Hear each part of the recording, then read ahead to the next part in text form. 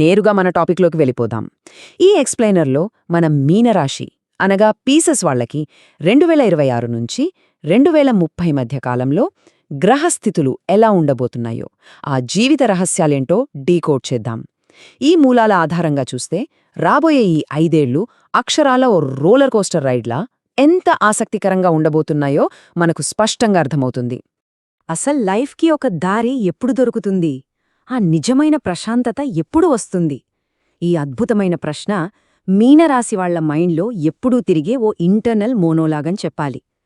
సహజంగానే వీరికి ప్రతి చిన్న విషయాన్ని ఎవరూ ఊహించనంతగా ఓవర్ థింక్ చేసే టెండెన్సీ ఉంటుంది.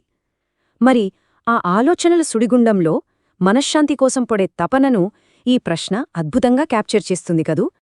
ఈ జలతత్వ రాశివాళ్ల ద్విస్వభావం అచ్చం ఓ సముద్రం లాంటిది.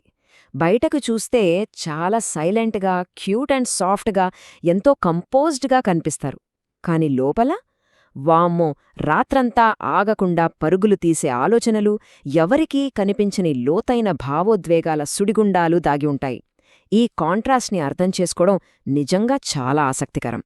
ఈ సంక్లిష్టమైన గ్రహాల కదలికలను ఈజీగా అర్థం చేసుకోవడానికి మనం ఒక ఆర్డర్లో వెళ్దాం. ముందుగా మీనరాశి లక్షణాలు, ఆ తర్వాత శని, గురు, రాహు మరియు కేతు గ్రహాల ఎఫెక్ట్, ఇక లాస్ట్లో పీస్ ఆఫ్ మైండ్ కోసం ముఖ్యమైన రెమెడీస్. ఇలా ఒక ఫ్లోలో చూసుకుంటూ వెళ్ళిపోదాం. Section 1: pieces, traits and mile stones. ఈ ద్విస్వభావం కలిగిన జలతత్వ రాశివాళ్ల బేసిక్ క్యారెక్టర్స్ ఏంటో ఇప్పుడు తెలుసుకుందాం. రిలేషన్స్ విషయానికొస్తే మీనరాశివాళ్లు మేషం, కర్కాటకం, సింహం, వృశ్చికం ఇంకా ధనుస్సు రాశుల వాళ్లతో చాలా చాలా స్ట్రాంగ్ ఎమోషనల్ బాండ్స్ ఏర్పరచుకుంటారు. ఈ రాశులకు చెందిన మంచి వ్యక్తులు లైఫ్లోకి వస్తే ఆ బంధాలను లైఫ్ లాంగ్ కాపాడుకోవడం చాలా అవసరం అని మూలాలు స్పష్టంగా చెబుతున్నాయి. ఇక్కడ ఈ లైఫ్ మైల్ స్టోన్స్ని ఒక్కసారి గమనిస్తే జీవితంలో ఫస్ట్ సాలిడ్ కెరియర్ బ్రేక్ అనేది 26 నుంచి 28 ఏళ్ల మధ్యలో వస్తుంది.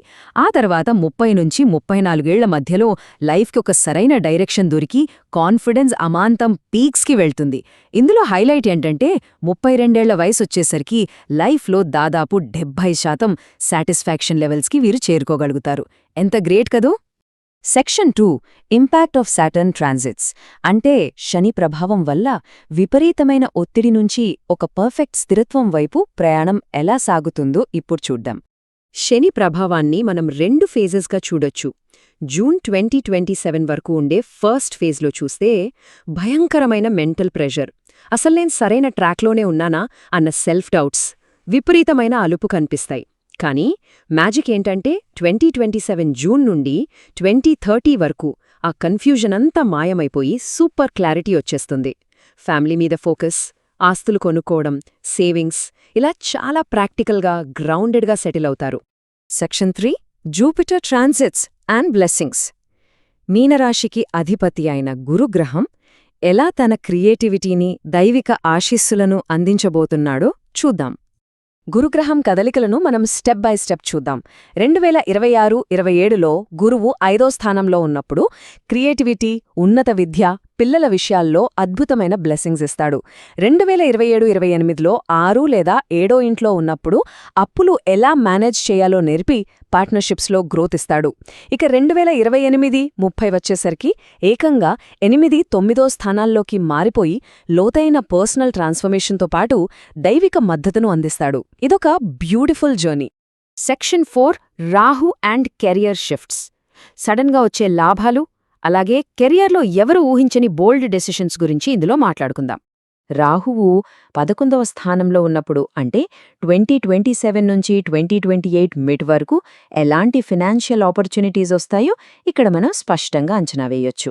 దాదాపు 35% సైడ్ హజల్స్ ద్వారా, మరో 35% ట్రేడింగ్ లాంటి ఇన్వెస్ట్మెంట్ల ద్వారా, మిగిలిన 30% కొత్త పవర్ఫుల్ నెట్వర్క్స్ ద్వారా సడన్ ఇన్కమ్ వచ్చే ఛాన్స్ ఉంది.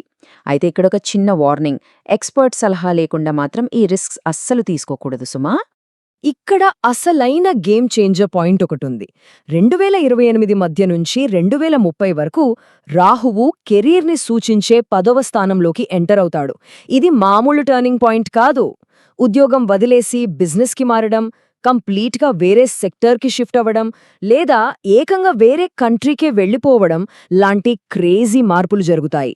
పబ్లిక్లో వారి ఇమేజ్ ఎంతలా మారిపోతుందంటే అసాధారణంగా కంప్లీట్గా కొత్తగా కనిపిస్తారు. Section 5 Ketu and spiritual growth. ఒక రకమైన డిటాచ్మెంట్, అలాగే ఇంటర్నల్గా క్లెన్జింగ్ ప్రాసెస్ ఎలా జరగబోతుందో ఇప్పుడు తెలుసుకుందాం. కేతు జర్నీని ఇక్కడ సింపుల్గా డీకోడ్ చేద్దాం. 2026 డిసెంబర్ వరకు 6వ స్థానంలో ఉన్నప్పుడు మనకు పడని వాళ్లను, పనికిరాని టాక్సిక్ అలవాట్లను లైఫ్లోంచి కట్ చేయడం నేర్పిస్తాడు. 2027 నుండి 2028 మధ్యలో రిలేషన్షిప్స్లో వచ్చే చిన్న చిన్న కన్ఫ్యూజన్స్ని ఫేస్ చేస్తూ ఎలా బ్యాలెన్స్ చేయాలో తెలుస్తుంది. ఇక 2028 నుంచి 2030 వరకు చూస్తే మన ఎనర్జీని లాగేసే వాళ్లను న్యాచురల్గా ఫిల్టర్ చేసి ఇంట్లో ప్రశాంతతను, కార్మిక్ హీలింగ్ని ఇస్తాడు. ఇది నిజంగా ఇన్నర్ పీస్కి చాలా చాలా ముఖ్యం. ఇక last but not least section 6 essential remedies for piece. ఇన్ని మార్పుల మధ్య మనశ్శాంతిని కాపాడుకోవడానికి పక్కాగా పనిచేసే ప్రాక్టికల్ టూల్స్ ఏంటో చూద్దాం. గురుగ్రహ ఆశీస్సుల కోసం ఓం గ్రాం గ్రీం గ్రౌం సహ గురవే నమః అనే ఈ మంత్రాన్ని ప్రతిరోజు 108 సార్లు జపించడం ఎంతో మంచిది అని సోర్సెస్ చెప్తున్నాయి. ఇది నాలెడ్జ్ని స్ట్రాంగ్ చేయడమే కాదు, కెరియర్ గ్రోత్ని కాపాడి లైఫ్లో మంచి ప్రాస్పెరిటీని ఇస్తుంది. అలాగే టఫ్ టైమ్స్లో ఆ మెంటల్ ప్రెషర్ని హ్యాండిల్ చేయడానికి శని బీజ మంత్రం బెస్ట్ టూల్లా పనిచేస్తుంది. ఓం ప్రాం ప్రీం ప్రాం సహ శనేశ్చరాయ నమః అని చదవడం వల్ల ఎంతటి కష్టమైన ఫేజ్లో అయినా సరే అద్భుతమైన మానసిక ధైర్యం, అసలైన ఓపిక మన సొంతమవుతాయి. ఇక ఈ చిన్న చిన్న డైలీ హ్యాబిట్స్తో లైఫ్ని ఈజీగా బ్యాలెన్స్ చేసుకోవచ్చు.